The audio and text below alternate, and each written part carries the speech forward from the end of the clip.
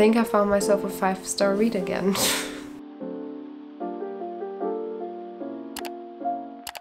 Hello and welcome back to this new video of mine. I decided to read Fourth Ring last weekend. I actually finished it on the 7th, and on the 7th Iron Flame came out. Can you imagine? And then I was like, okay, I'm not gonna buy it right away, I'm gonna buy it as an ebook. Literally, the day after, I was running to Target. I was not walking, I was running. I wanted this book so badly, and if I tell you, I was walking through the Target, my favorite place on earth, from the corner of my eye, I saw this. And I not only saw this, I saw this. And if I tell you, I almost screamed. It made my heart beat faster than any man ever did in my life before. I got butterflies in my stomach just looking at this. I found it, and it was the last one, and it wasn't even in the aisle where it was supposed to be. It is a sign, so I picked it up immediately. I didn't even give it a second thought because that's what true love is. I'm so dramatic, I'm sorry. Okay, please bear with me, okay? I read Fourth Ring just recently and I completely loved it. I completely fell for it and I cannot wait. Why not read it together? Because I'm not the only person on this earth that loved Fourth Ring, obviously. I'm gonna try to make this as spoiler-free as possible, but if you've been on my channel before, you know how difficult that is for me. So we're gonna read it together today. And I almost cried during Fourth Ring, so I'm really afraid. I'm actually really afraid what this video is gonna bring. I saw that the author recently said that it's gonna be a 5-part series instead of a trilogy. I'm excited to stay in this world for longer, but I'm also afraid that it's gonna go downhill from here. If it starts off strong already, I'm sometimes a bit scared that it's gonna decline, because that's sometimes what trilogies and longer series do. So I hope this is not the case with this one. I'm gonna stop making assumptions now and we're just gonna start reading, because that's what this video is about.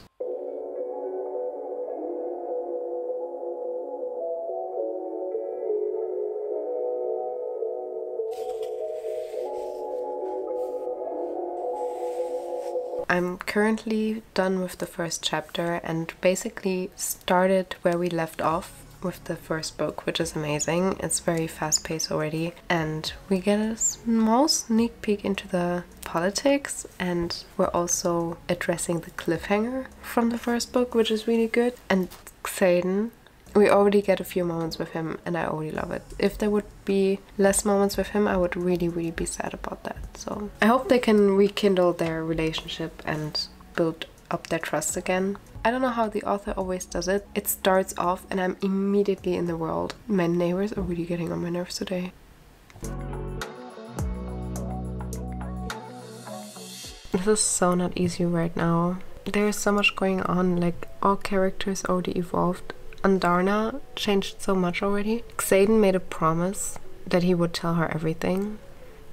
He's kind of backing out from that. I'm only on page 30, but I feel like he's making it more difficult for himself. And I get a bit pissed at him as well. I get his point, but emotionally speaking, it's just, he did not think that one through.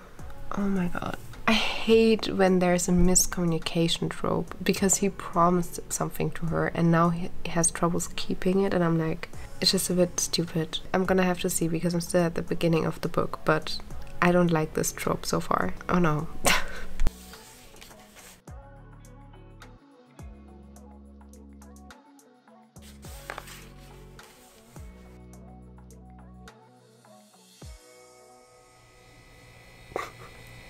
I love this. Xaden is getting it done. Top tier. Love it. I took my lashes off. I'm so tired already, but Imogen is growing on me. She made a really good point.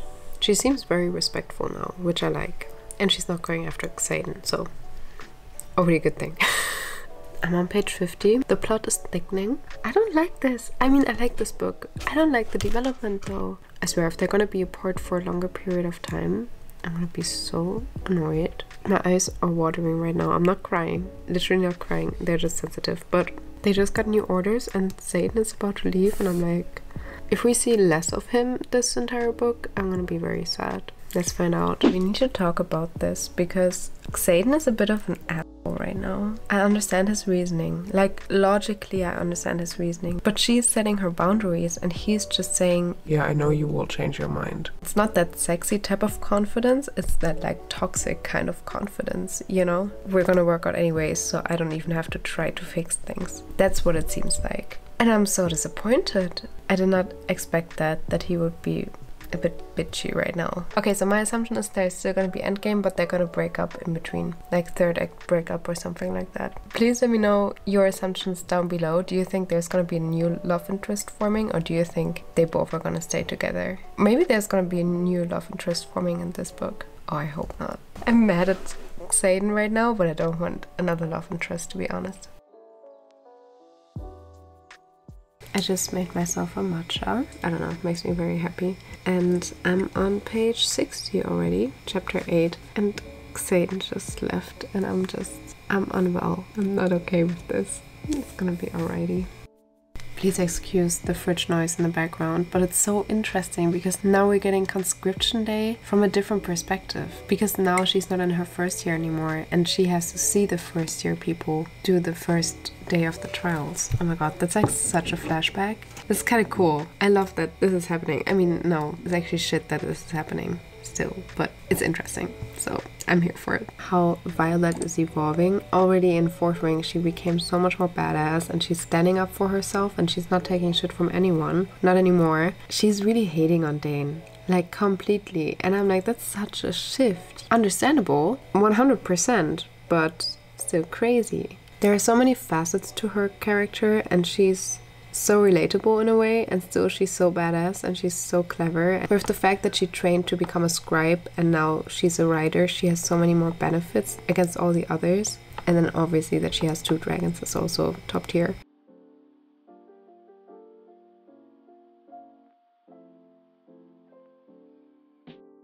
I'm team Xaden again.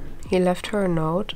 My neighbors, what the hell. I meant what I said on the parapet. Even when I'm not with you, there's only you. He's just goals. I'm sorry. He maybe has a bit of a toxic trait, but he's still a walking green flag. No, okay. Actually, okay, I don't want to get too deep into if he's a red or a green flag. I just like him. Let's just keep it at that. We just got introduced to a new character, which is the 3rd son of the king. He wants to become a writer. He's gonna play a big part.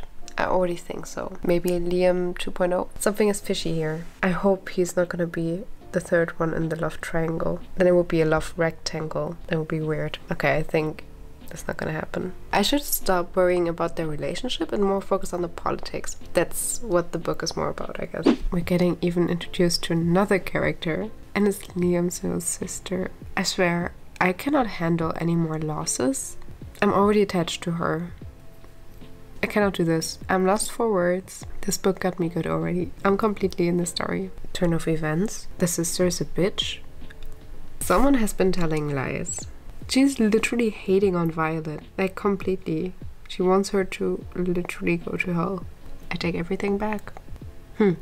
Dane trying to step into Xaden's footsteps as a wing leader is so amusing to me. He just sounds so pathetic. It just really sounds pathetic. I'm sorry. I said it. He tries like the same thing they did like last year to like scare off the newbies. Copycat. It took a few pages till Xaden came back, but he's back.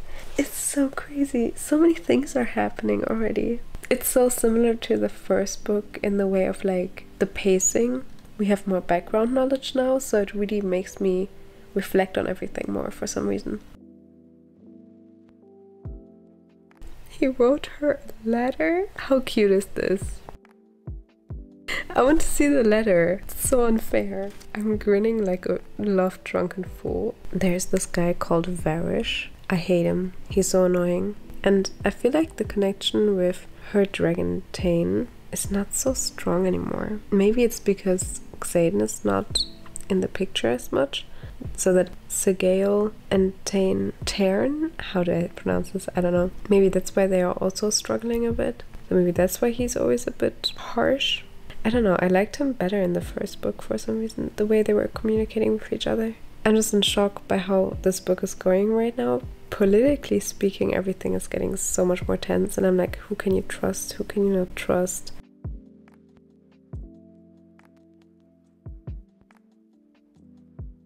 I'm gonna make it as vague as possible, but I'm on page 113, and he is literally trying very hard to spend more time with her and puts himself in very uncomfortable situations. Let's put it that way. And I'm like, he's so cute.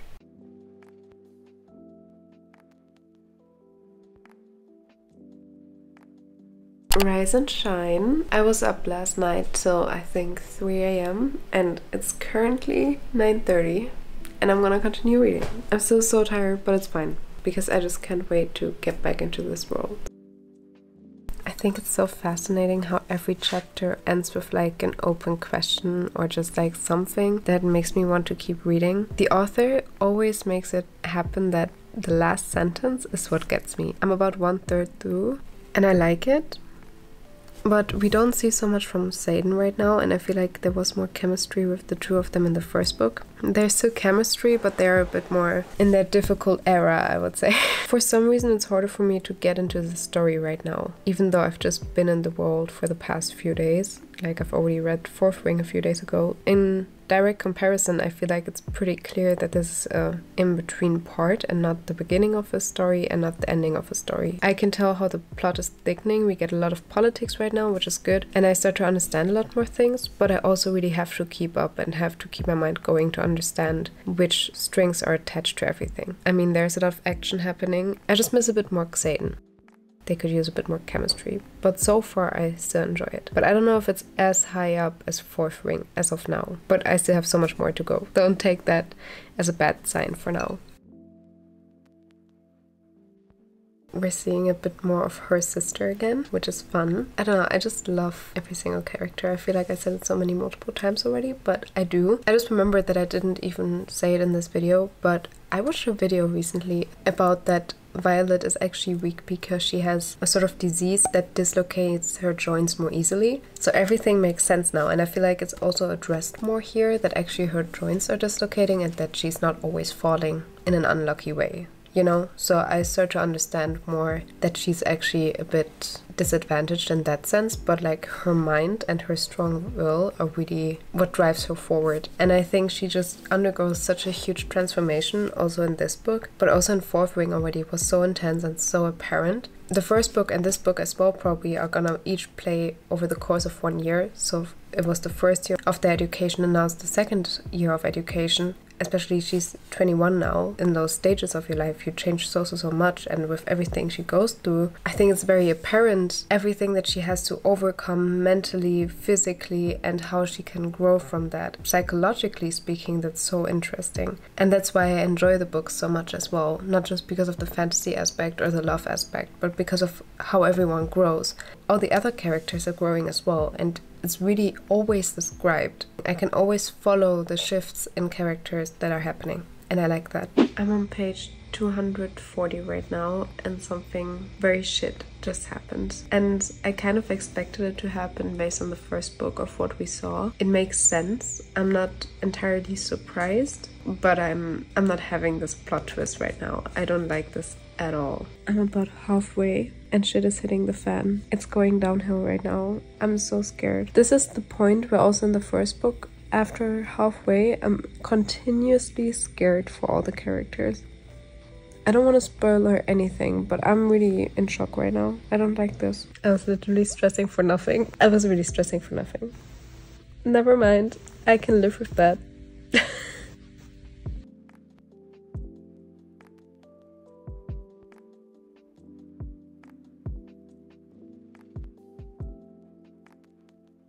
What is happening right now? I am in shock. Oh my god, I'm on page 326. Everything is getting so much worse right now. I need a break. Okay, I hope my tripod won't fall over because I'm filming while standing now, but I love it. I love the energy. I can move around. This is way nicer than sitting on the ground. So let's do a mid-book checkup. I already annotated quite a few things. I put down some notes because I want to be organized and I want to give you the full rundown. Let me look it up, okay? Firstly, I feel like the story was still fast-paced, but it was not as fast-paced as the first one. So towards the middle of the first half, so the second quarter, I'm on a roll right now, so we're gonna ignore the fridge now. Maybe it's just me, but the second quarter felt a bit dragged out. I mean, it picked up the pacing again towards the middle, but at one point in between I was a bit bored, perhaps. And I did not have that with the first book, with Fourth Wing, so I'm a bit disappointed about that. There are a lot of politics, which is good in this case. I do get confused, to be honest. Like, there are so many names, so many different cities, and it's good that we're getting into the world more, but we also see less of their relationship and more about the politics right now. Relationship things I can more easily understand than politics of a world that doesn't even exist. Their relationship towards the end of the first book got such a major hit that I feel like it's harder for me to completely connect with them because they have troubles connecting as well. And that's written very well by the author. I like that, but also I want them to like have that spark again. I mean, now the reader is doubting, aka me, Xaden, and I feel like that's not nice for like the butterflies he gave us in the first book. You know, stylistically speaking, this was a good choice to make. Just for me, as a romance reader, I just missed that a little bit. But now things are happening and now I really like it. It's getting there. I'm more hooked again and I really want to continue reading. But it took me a few pages to get through that. I cannot even fathom it myself by now, but I am starting to like Dane a bit more again. He redeemed himself a little bit, and I did not expect that to happen. I still don't think he's a great character. I still think he's a bit boring. He's a bit naive, maybe, but he did redeem himself, in my opinion, and I started to sympathize with him a little bit more. That was something that I did not expect to happen in this book. That's my mid-book checkup. I don't want to make this too long, and I think I'm gonna have to want to talk about the ending a lot more than I want to talk now, so let's just continue reading.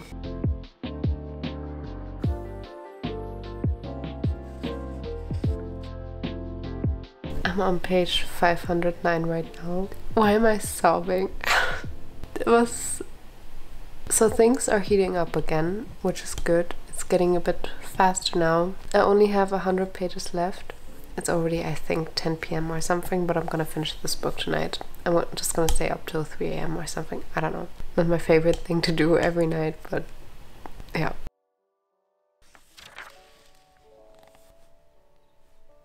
It's currently almost 3 a.m, hence why I look like this. I just finished the book. I'm not happy at all with that ending. What was that? It was a cliffhanger, but also not, and it could have ended like worse ways. But I'm so upset right now. I could really cry. No, this is not okay. I don't know how this is gonna turn out over the course of the upcoming few books. I have mixed feelings. I need to sleep and then I'm gonna give you a review tomorrow morning. Let's talk about it. I'm still so tired. I feel like I'm always saying that in every video, but these videos just keep me up to late at night, so.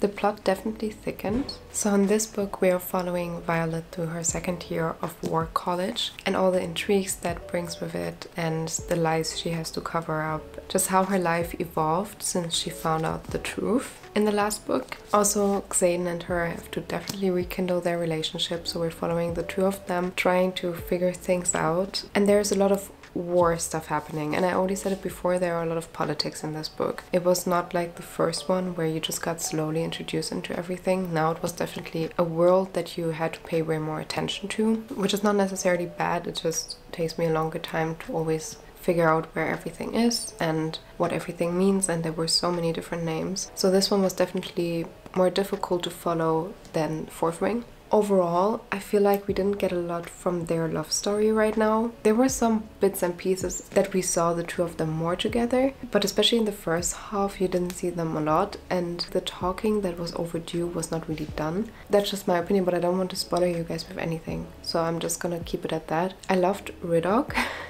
Like, I forgot how funny he is. I mean, I just read Fourth Wing. He didn't stand out to me as much, but in this book he had so many funny lines. I loved it. And also Andarna is like a teenage dragon now. So funny, so entertaining. I love that. All the characters were very well developed again. I already said to you before, the first half was a bit slow.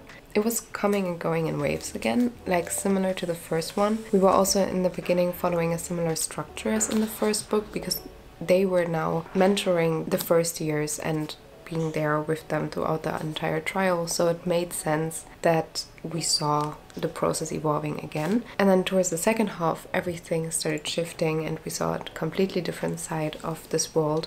And it was really, really interesting to see. And there were a lot of new characters introduced. Some of them I disliked more than others. Definitely. Dane, I already said it before, I'm still a bit in shock, to be honest. In my opinion, he redeemed himself a little bit. I don't hate him anymore. There were points in the first book where I was really I couldn't handle seeing his name on the page anymore. I literally gave him a side eye all the time. And now it was okay to see him. I still don't like him necessarily as a character, but yeah.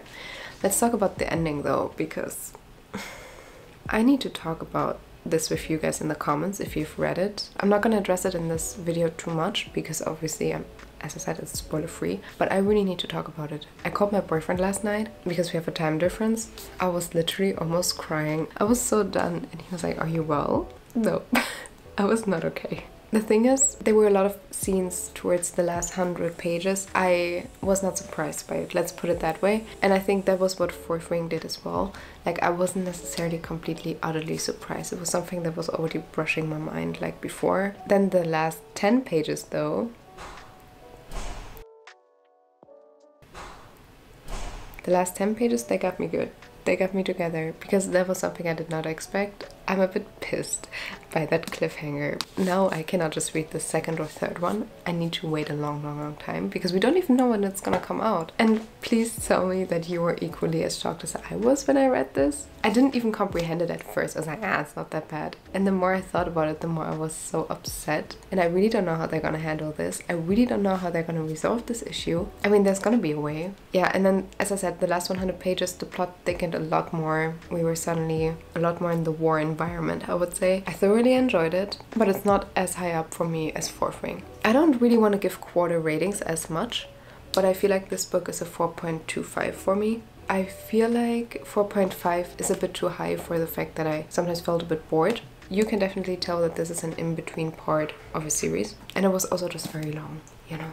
I wasn't sitting there giggling, I wasn't having like these harsh reactions anymore, and I was missing that a little bit. And for me, a 5-star read is if I'm just completely giggling, laughing, crying, everything. This book got me a bit tired sometimes, and I'm a bit sad about that. I mean, if I loved Fourth Ring, I'm gonna have very high hopes for this one, and I think you can just not match those expectations all the time, and that's completely fine. It was still a great continuation of the series. I'm so excited for the third one. I really want to know what's gonna happen. I really want to know how they're gonna solve this, because they need to solve it. I'm still in shock. So that's all I have to say.